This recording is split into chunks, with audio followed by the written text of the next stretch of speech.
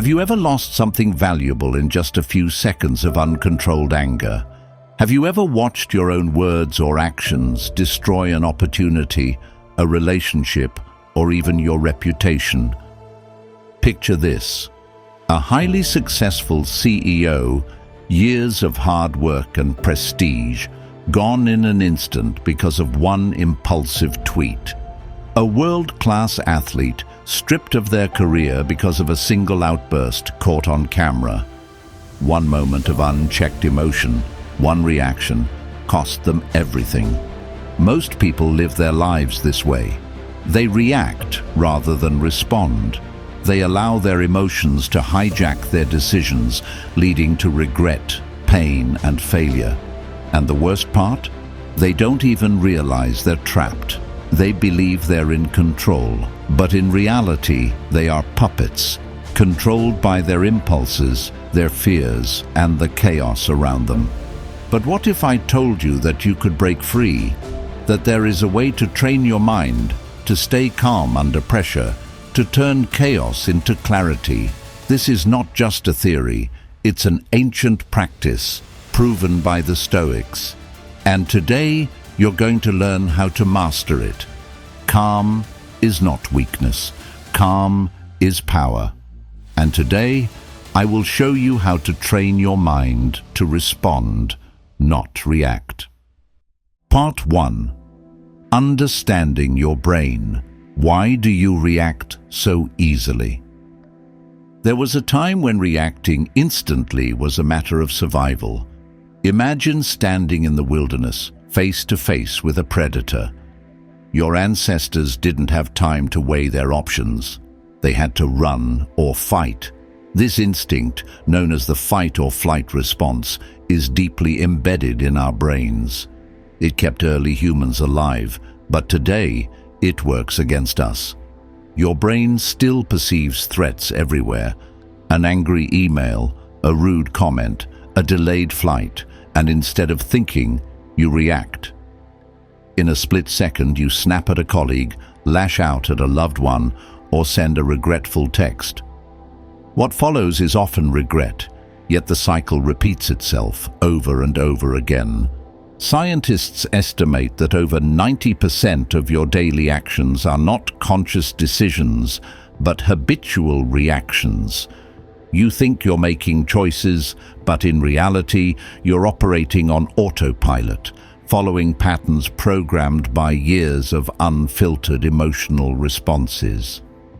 The Stoics understood this long before neuroscience confirmed it.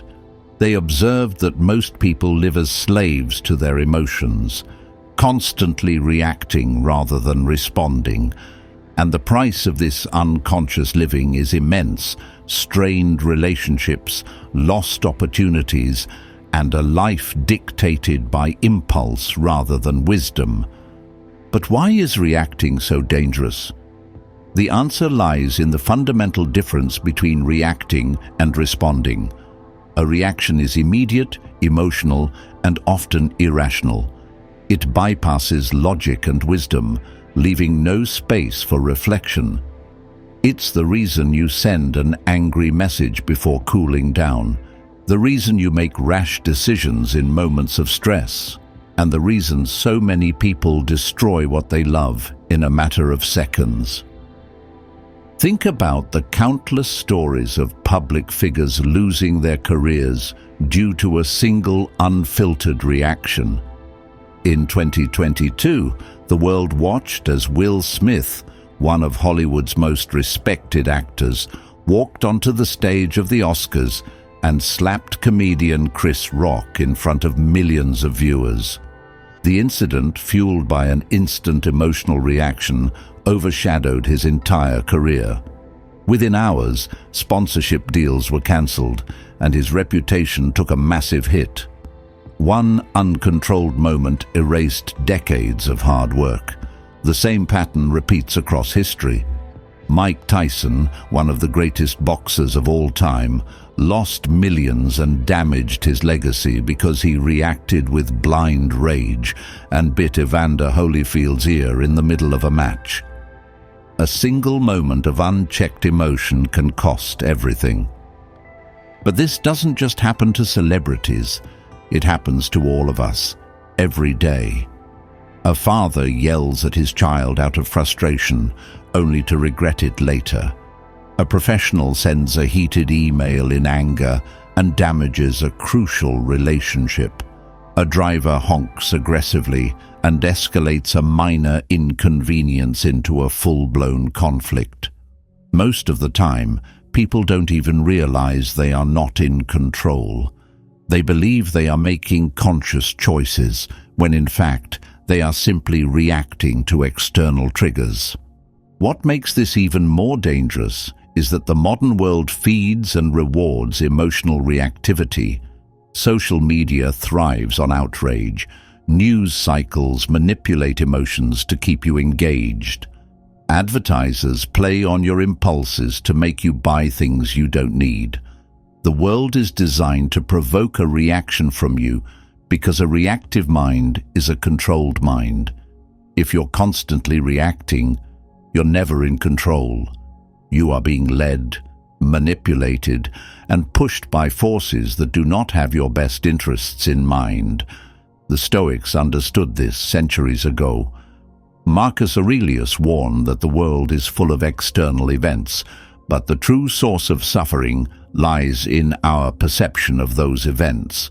As he famously wrote, "If you are distressed by anything external, the pain is not due to the thing itself, but to your estimate of it." In other words, nothing has the power to disturb you unless you allow it to. Neuroscientists have confirmed what the Stoics taught over 2,000 years ago. Your brain is wired to react, but it can also be trained to pause, analyze, and choose a better response. Neuroplasticity, the brain's ability to rewire itself, proves that your reactions are not permanent. You are not doomed to be a slave to your emotions. With the right practice, you can train your mind to respond with wisdom instead of reacting with impulse. Here's a quick exercise. Think about a time when you reacted impulsively and later regretted it. Maybe you sent an angry message, snapped at someone, or made a rash decision.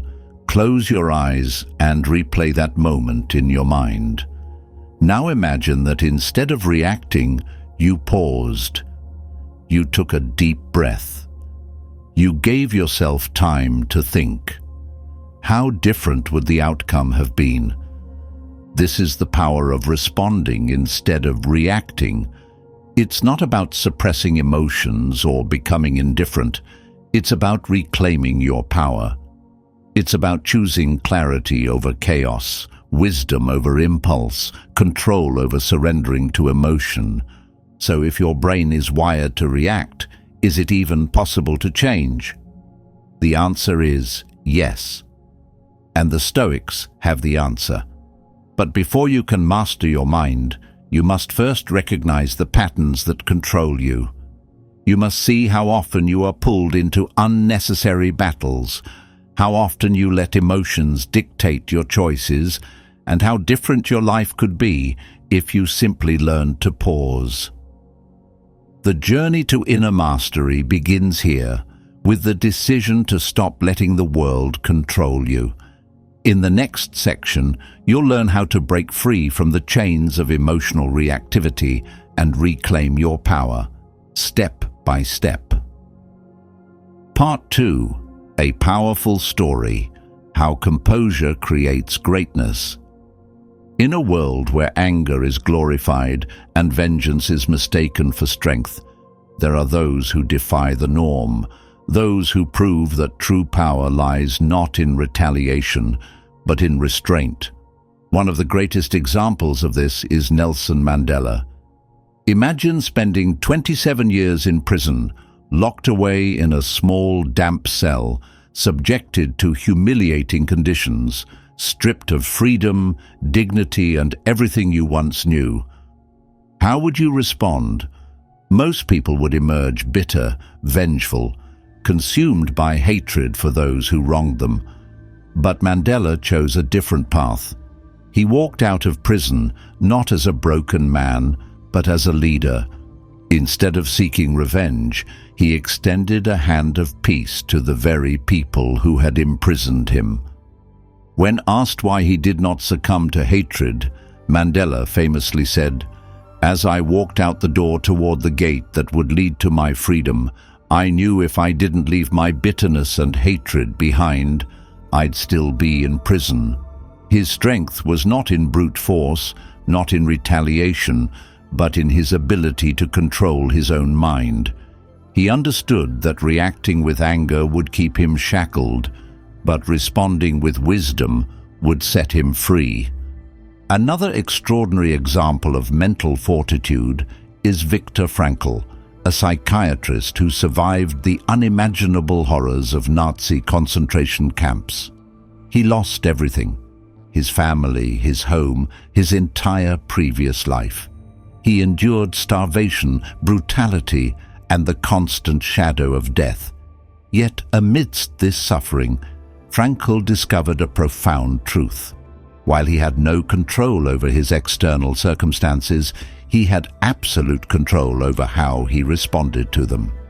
In his book, Man's Search for Meaning, he wrote, "Everything can be taken from a man but one thing, the last of the human freedoms, to choose one's attitude in any given set of circumstances." Frankl observed that those who survived were not necessarily the strongest or the fittest, but those who found meaning even in suffering. While others gave in to despair, he maintained his inner freedom by refusing to let external horrors dictate his mindset. He understood that pain is inevitable, but suffering is a choice. Both Mandela and Frankl faced circumstances where reacting emotionally through hatred, despair, or rage would have been the natural response. But they transcended their conditions by choosing their response. They did not give their enemies or oppressors the power to control their emotions. Instead, they mastered the one thing they could control: their minds. This lesson is as relevant today as it was then. Every day, you are presented with situations that test your patience, challenge your ego, and provoke emotional reactions. Whether it's a rude colleague, an unfair boss, or a personal betrayal, the real question is not what happened to you, but how will you respond? When you react impulsively, you give away your power. You let others dictate your emotions, your actions, and ultimately, your life. But when you respond with composure, you reclaim control. Strength is often misunderstood. Society teaches you that power comes from domination, from proving yourself right, from retaliating to every insult. But look at the greatest figures in history, the ones truly remembered, truly respected. Were they the loudest, the angriest, the most reactive? No. They were the ones who mastered themselves first.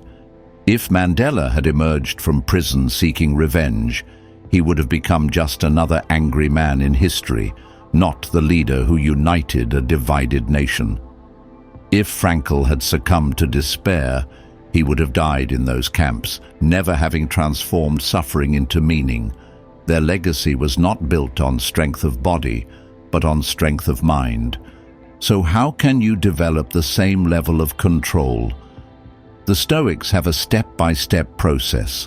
They believed that true freedom comes not from changing the world around you, but from mastering your perception of it.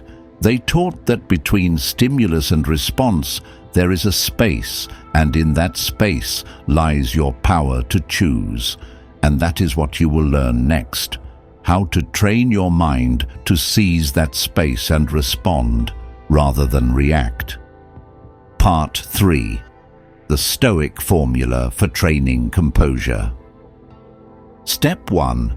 Recognizing your instinctive reactions. Most people live in a constant state of reactivity, moving through life without realizing that they are not in control of their actions. Someone says something offensive and anger takes over. A small inconvenience happens and frustration builds up. The cycle repeats endlessly, and people assume that this is just human nature. But the Stoics saw things differently. They understood that reactivity is not an unavoidable trait. It is an untrained habit. And like any habit, it can be broken. To master your emotions, the first step is learning to recognize when you are reacting instead of responding. Reactions happen automatically, without thought. They are triggered by old habits, ingrained fears, or immediate emotional impulses. Responses, on the other hand, are conscious choices made with awareness and control. In 2001, the world watched as professional basketball player Allen Iverson lashed out at a reporter during a press conference. In a moment of frustration, he ridiculed the journalist's question, turning what could have been a simple conversation into an infamous viral meltdown. Years later, Iverson admitted that he regretted his reaction, but the damage had been done. His outburst overshadowed his legacy, and it took years for him to rebuild his public image. This is what happens when emotions dictate actions. You often regret them later. To avoid falling into this trap, practice, stop, and observe. The next time you feel a strong emotional response bubbling up, pause. Notice your physical sensations. Is your heart beating faster? Are your hands clenching? What thoughts are forming in your mind? Do not act yet. Just observe. By practicing this simple awareness exercise, you begin to recognize your reaction before it controls you. A common mistake people make is assuming that recognizing an emotional reaction means suppressing it. That is not the goal. The goal is to separate yourself from the immediate urge to act, giving yourself the power to choose how you respond. Step 2. Using the golden pause. Recognizing an emotional reaction is one thing, but what happens next? This is where the golden pause becomes essential. Emotions are like waves. They rise, peak, and then fall.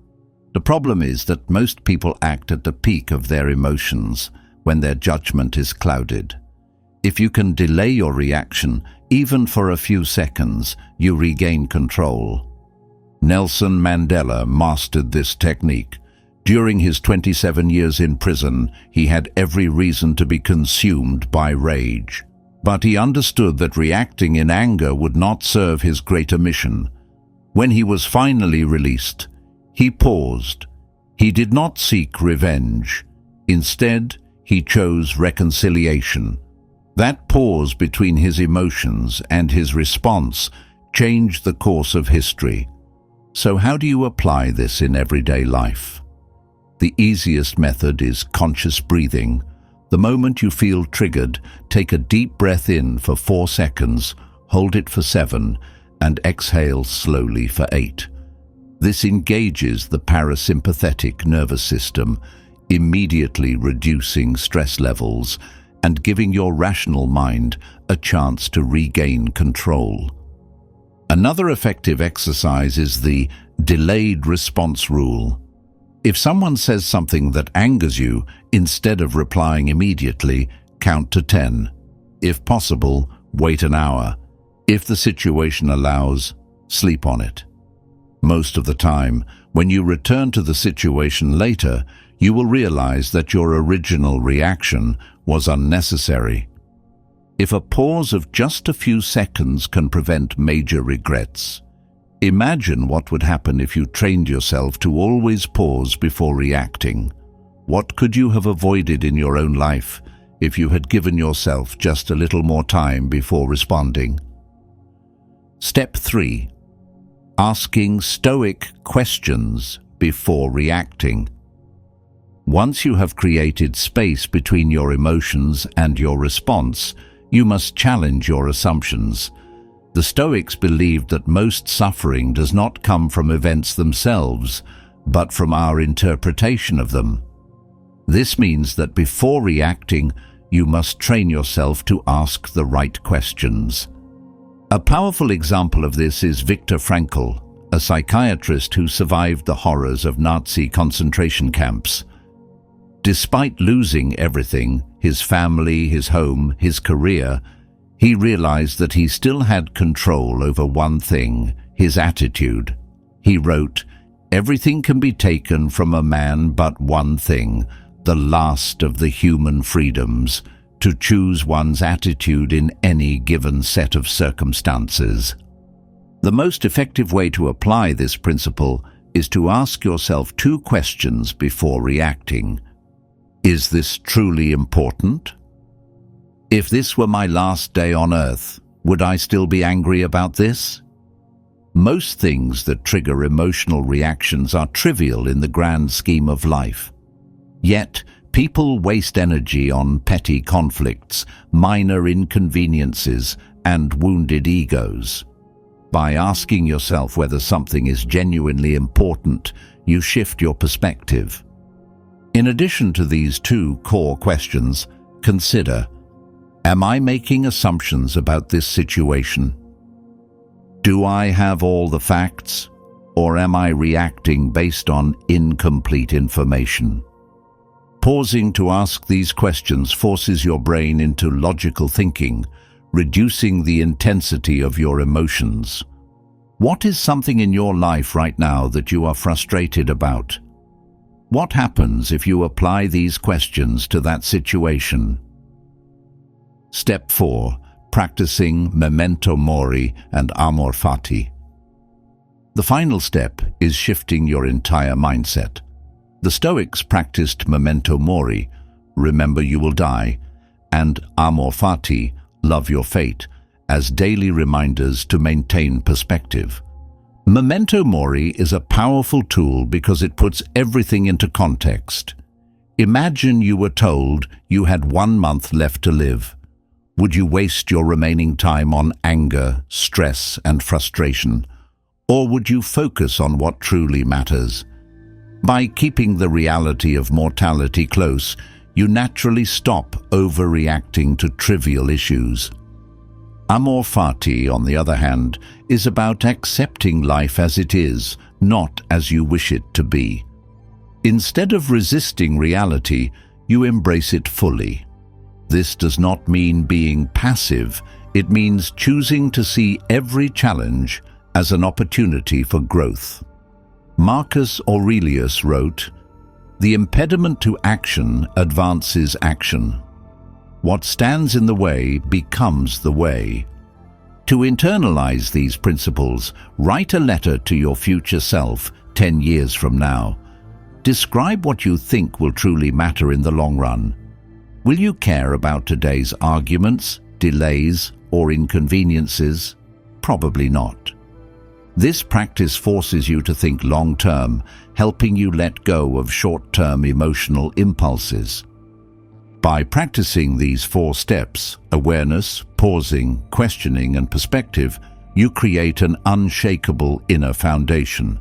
These are not abstract concepts, they are daily exercises. But knowledge alone is not enough. You must practice, and that is why the next section presents a structured 7-day challenge to help you apply these principles immediately. You now understand why people react instead of respond. You have seen how the brain is wired for emotional impulsivity, how society feeds on your reactivity, and how great minds like Nelson Mandela and Viktor Frankl mastered themselves through discipline and perspective. You have also learned the 4 essential steps to training composure, recognizing your instinctive reactions, practicing the golden pause, questioning your assumptions, and embracing memento mori and amor fati to shift your mindset. But knowledge alone is not enough. If you want to truly rewire your brain for calmness and control, you must take action. This is where true transformation happens, not in theory, but in daily practice. That's why the next step is crucial. A structured 7-day Stoic challenge designed to help you apply these principles in real life. The question is, are you ready to put Stoicism into action? Let's begin. The 7-day Stoic challenge. Transform your mindset one day at a time. You've absorbed the wisdom, you understand the principles, but knowledge without action is meaningless. The true test of Stoicism is not in what you know, it's in what you do. This is your opportunity to take the ideas you've learned and turn them into habits that will reshape how you navigate life's challenges. For the next 7 days, you will embark on a practical journey of self-mastery. Each day will present you with a specific Stoic exercise, a mental shift, a challenge to test your composure. These are not just tasks. They are keys to unlocking a mind that no longer reacts blindly, but responds with strength and clarity. Change does not happen overnight, but it starts somewhere. It starts now. Commit to these 7 days, and you will begin to experience the calm, the control, and the power that the Stoics lived by. Let's begin. Day 1. Pause before you react. The difference between a person who is in control and one who is controlled by emotions is just 3 seconds. That's all it takes. 3 seconds to shift from an impulsive reaction to a conscious response. 3 seconds to prevent regret, unnecessary conflict, or wasted energy on something that does not serve you. Today, you will train yourself to master this pause, the first and most fundamental step in Stoic composure.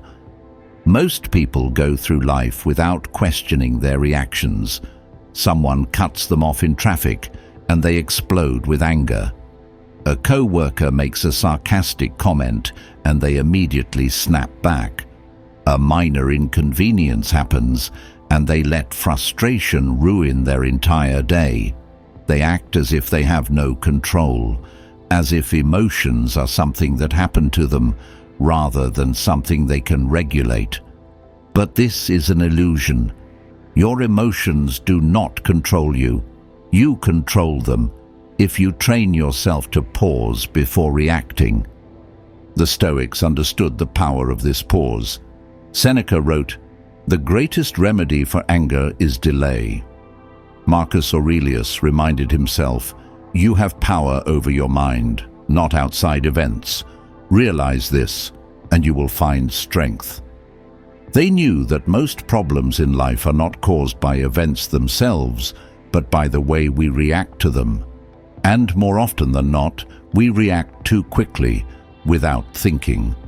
Your challenge today is simple but powerful. Every time you feel the urge to react, pause. Stop for 3 seconds. Take a breath. Observe what is happening inside you. Where do you feel the emotion? Is it in your chest, your stomach, your hands? What thoughts are rushing through your mind? Just notice, without judgment. This pause is not about suppressing your emotions. It's about creating space. Space between the trigger and your response. Space to choose how you want to act, rather than being dragged by your impulses. At first, this may feel unnatural. You might catch yourself reacting before you remember to pause. That's okay. What matters is that you start becoming aware. With practice, this pause will become automatic. You will begin to notice moments where you would have reacted but didn't, and in that space, you will find clarity, control, and freedom. At the end of the day, reflect on your practice. Write down the moments when you successfully paused before reacting. How did it feel? How did it change the situation? Were there moments when you forgot to pause? What can you do to improve tomorrow? Master this pause, and you will have taken the first step toward mastering yourself. Tomorrow, we take it further. Day 2. Observe your emotions without reacting. Yesterday you learned to pause before reacting. Today we take it further. Instead of reacting, you will learn to observe your emotions as they arise. Most people assume that emotions happen to them as if they have no choice but to act on them. But the truth is, emotions are simply signals, not commands. You do not have to obey them. Think of emotions like clouds in the sky. They come and go, constantly shifting, but they are not you. You are the observer. The next time someone says something that upsets you, instead of reacting immediately, take a step back and ask yourself, why do I feel this way? Are you reacting out of ego, fear, insecurity, past trauma? Recognizing the root of your emotions helps you detach from them rather than being consumed by them. Marcus Aurelius wrote, "If you are distressed by anything external, the pain is not due to the thing itself, but to your estimate of it." In other words, nothing outside of you can truly hurt you. Only your perception of it can. If you train yourself to observe emotions instead of being controlled by them, you will develop an unshakable inner strength. At the end of the day, reflect on a moment when you successfully observed your emotions without reacting. Write down what happened, what you felt, and how choosing not to react changed the outcome. If there were moments where you failed, analyze why and how you can improve tomorrow. The goal today is awareness, not suppression, not avoidance, just awareness. Tomorrow, you will take it even further by practicing the ultimate Stoic mindset shift, memento mori. Day 3. Practice memento mori, the power of perspective. How many times have you let small frustrations ruin your day? A rude comment, a delayed flight, a spilled drink. But what if you only had one day left to live? Would these things still bother you? Or would they seem laughably insignificant? Memento mori, remember you will die, is one of the most powerful Stoic exercises. It is not meant to make you fearful, but to free you from trivial concerns. The Stoics believed that by constantly reminding ourselves of mortality, we gain clarity, wisdom, and peace. Marcus Aurelius wrote, "You could leave life right now. Let that determine what you do and say and think." Today, when you feel anger or irritation rising, ask yourself, if this were my last day, would I waste my energy on this? Most of the time, the answer is no. This simple shift in perspective instantly neutralizes many negative emotions. It reminds you that life is too short to be spent on resentment, impatience, or anger. Throughout the day, when something upsets you, whisper to yourself, memento mori. Let the phrase serve as a reminder to rise above minor annoyances and focus on what truly matters.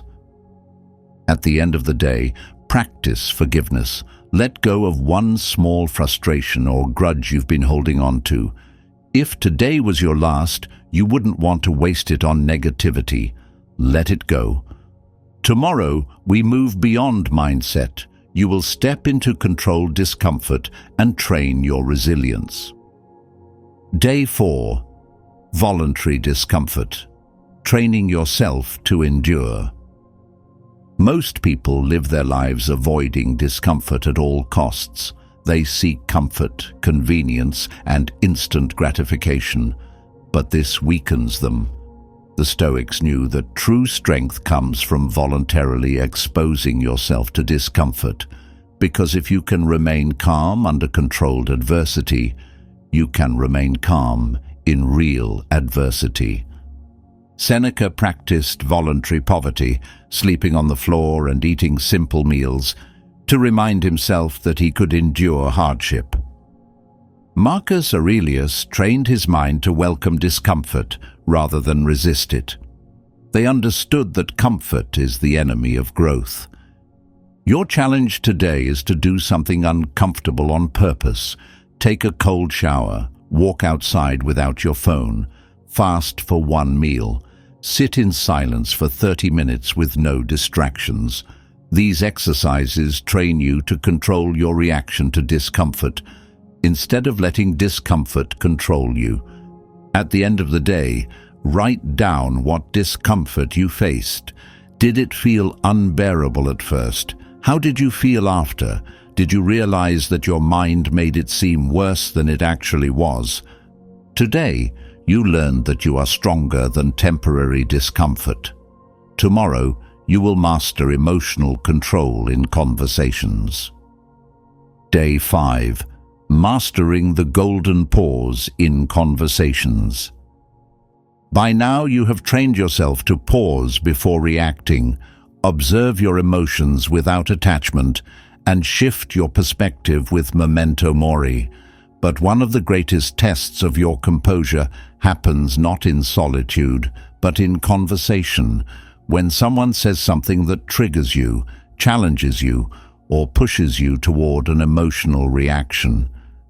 How often do you regret words spoken in the heat of the moment? A defensive reply, a sarcastic remark, a sharp comeback that only escalated tension. Most conflicts are not caused by the words themselves, but by how we react to them. The Stoics knew that mastering speech was just as important as mastering thought. Epictetus advised, "We have 2 ears and 1 mouth, so that we can listen twice as much as we speak." Today's challenge is simple, yet difficult. Whenever someone says something that irritates or upsets you, do not respond immediately. Instead, pause. Take a deep breath, count to 3, and observe the urge to react. Is it driven by ego, insecurity, a need to be right? Just as you have trained yourself to pause before reacting internally, you must now apply this skill to your words. Notice how the pause changes the dynamic. Instead of escalating tension, it diffuses it. Instead of reacting emotionally, you respond with clarity. Often, after just a few moments of silence, you will realize that no response is the best response. And when you do choose to speak, your words will come from a place of strength, not impulse. At the end of the day, reflect on how many conversations you handled differently simply by adding the golden pause. Were there moments where silence served you better than words? Did you feel more in control of your communication? Master this, and you will move through the world with unshakable composure. Tomorrow, we turn our focus inward, learning to let go of what we cannot control. Day 6. Let go of what you cannot control. Most stress comes from trying to control the uncontrollable. People waste time worrying about the economy, the weather, what others think of them, or how someone will react to their words. But none of these things are within your power. The Stoics were relentless in their practice of separating what they could control from what they couldn't. Epictetus taught, "Some things are up to us, and some things are not. The moment you fully accept this, stress dissolves. You stop fighting battles that were never yours to win. You stop reacting to things that are beyond your influence. You redirect all your energy toward what you can control, your thoughts, your actions, your responses." Today's challenge is to identify 3 things that have been causing you stress, frustration, or anxiety. Write them down. Then, for each one, ask, "Do I have full control over this?" If the answer is no, let it go. If the answer is yes, take action. You cannot control how someone feels about you, but you can control how you treat them. You cannot control external events, but you can control how you perceive them. You cannot control the future, but you can control the choices you make today. When you focus only on what you can influence, you reclaim your mental freedom. At the end of the day, reflect on how much lighter you feel when you let go of unnecessary burdens. Tomorrow, we bring it all together, evaluating your transformation and committing to lifelong Stoic practice. Day 7. Reflect on your transformation and commit to the path. You have spent the past 6 days training your mind.